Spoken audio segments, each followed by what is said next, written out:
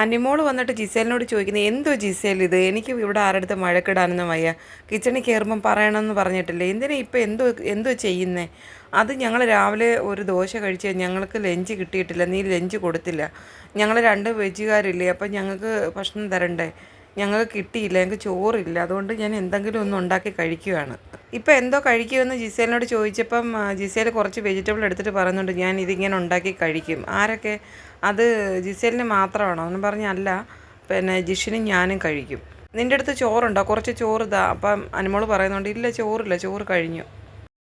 അനീഷ് അവിടെ നിൽപ്പുണ്ട്. അപ്പോൾ അനീഷ് പറയുന്നുണ്ട് ചപ്പാത്തി ഉണ്ടാക്കി കഴിക്കും ജിസേൽ. അപ്പം ജിസേൽ പറയുന്നുണ്ട് ഓ ചപ്പാത്തി ഉണ്ടാക്കാൻ എനിക്ക് ബോറാവുന്നു, ഇനി എനിക്ക് വയ്യ, വിശക്കുന്നു, അതുകൊണ്ട് ഞാൻ. അനീഷ് അടുത്ത് നിന്ന് ചോദിക്കുന്നുണ്ട് ഇതെങ്ങനെ കഴിക്കും, ഇതിനകത്ത് വേറെ വല്ലതും ഇടുവോ?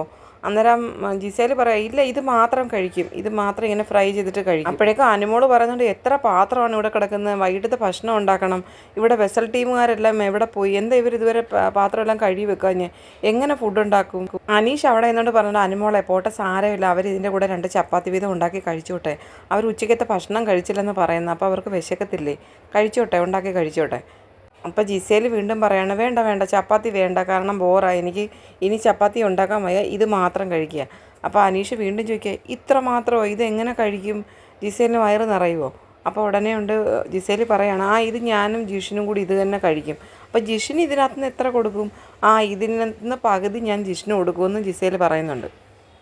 ഇന്നലെ റിയാസിനായിട്ട് ഉണ്ടാക്കിയ ഭക്ഷണമാണ് ഇന്ന് ലഞ്ചായിട്ട് എല്ലാവരും കഴിച്ചതെന്ന് അനുമോൾ പറയുന്നുണ്ട്. അപ്പം അനീഷ് പറയുന്നുണ്ട് അവർ ഒന്നും കഴിച്ചില്ലെന്നാണ് പറയുന്നത് അനുമോളെ, ഉണ്ടാക്കിക്കോട്ടെ.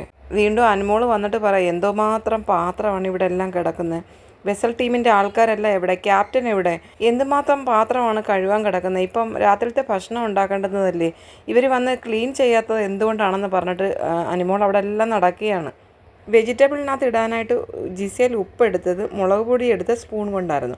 അപ്പോൾ അത് തുടയ്ക്കാതെ ഇട്ട് കഴിഞ്ഞാൽ ആ ഉപ്പിനകത്ത് മുളക് പൊടി കിടപ്പുണ്ടായിരുന്നു. അപ്പം അനുമോൾ പറയുന്നുണ്ട് എന്തൊരു പണിയാണ് ജിസേലെ കാണിക്കുന്നത്, ഇവിടെ എല്ലാം ഉപ്പാക്കി, എന്നിട്ട് ഉപ്പിനകത്ത് നോക്കി മുളക് പൊടി കിടക്കുന്നു, ഈ സ്പൂൺ കൊണ്ട് എടുക്കരുതെന്ന് ഞാൻ എത്ര തവണ പറഞ്ഞിട്ടുണ്ട്. അപ്പോൾ അനീഷ് പറയാം കുറച്ച് എടുത്തോട്ടെ സാരമില്ലയെന്ന് പറഞ്ഞപ്പം അനുമോൾ പറയുന്നുണ്ട് എപ്പോഴും ഇങ്ങനെ പറഞ്ഞ് ഞാൻ മടുത്തു, എത്ര പറഞ്ഞാലും മനസ്സിലാവത്തില്ല, എത്ര പ്രാവശ്യം പറയണം ചേട്ടാ സ്പൂണ് വൃത്തിയാക്കിയിട്ട് ഉപ്പെടുക്കാവുള്ളതെന്ന്, ഞാൻ പറഞ്ഞ് മടുത്തു. അനുമോൾ എന്നിട്ട് പുറത്ത് വന്നിട്ട് ജിഷിനോട് പറയണം വൈകിട്ടത്തേക്കുള്ള ഭക്ഷണം ഉണ്ടാക്കണം, പാത്രങ്ങളൊന്നും കഴിയിട്ടില്ല. അപ്പം ജിഷിൻ പറഞ്ഞ് നൂറ് എവിടെ, ക്യാപ്റ്റൻ എവിടെ, വെസൽ ടീമിനെ എല്ലാം വിളിക്ക് വൃത്തിയാക്കണം. എന്നിട്ട് കിച്ചണിലേക്ക് വന്ന് നോക്കുമ്പം ജിസേൽ ഉണ്ടാക്കിയ വെജിറ്റബിൾ കണ്ട്. അപ്പോൾ ജിഷൻ ചോദിച്ചു ഇത് എന്തുവാ ഇത്? അത് ഞാനത് വേവിച്ചെടുക്കുവാണ്. അത് നീ ബോയിൽ ചെയ്യാതെ എങ്ങനെ ഇത് വേവുന്നത്? എന്നിട്ട് ജിഷിൻ പോയി കുറച്ച് വെള്ളം എടുത്ത് അതിലൊഴിച്ചിട്ട് അത് ബോയിൽ ചെയ്യാൻ വെക്കുകയാണ്. അപ്പോഴേക്കും അനീഷ് ചോദിക്കുന്നുണ്ട് അനുമോളോട് അനുമോളെ ബിസ്ക്കറ്റ് ഐറ്റംസ് എന്തെങ്കിലും ഉണ്ടോ ഇവർക്ക് കൊടുക്കാൻ, ചെറുതായിട്ട് എന്തെങ്കിലും കഴിക്കാൻ കൊടുക്കാൻ? അപ്പോൾ അനുമോൾ പറയുന്നുണ്ട് ബിസ്ക്കറ്റ് ഐറ്റംസ് ഒന്നുമില്ല ഏട്ടാ, കഴിഞ്ഞു.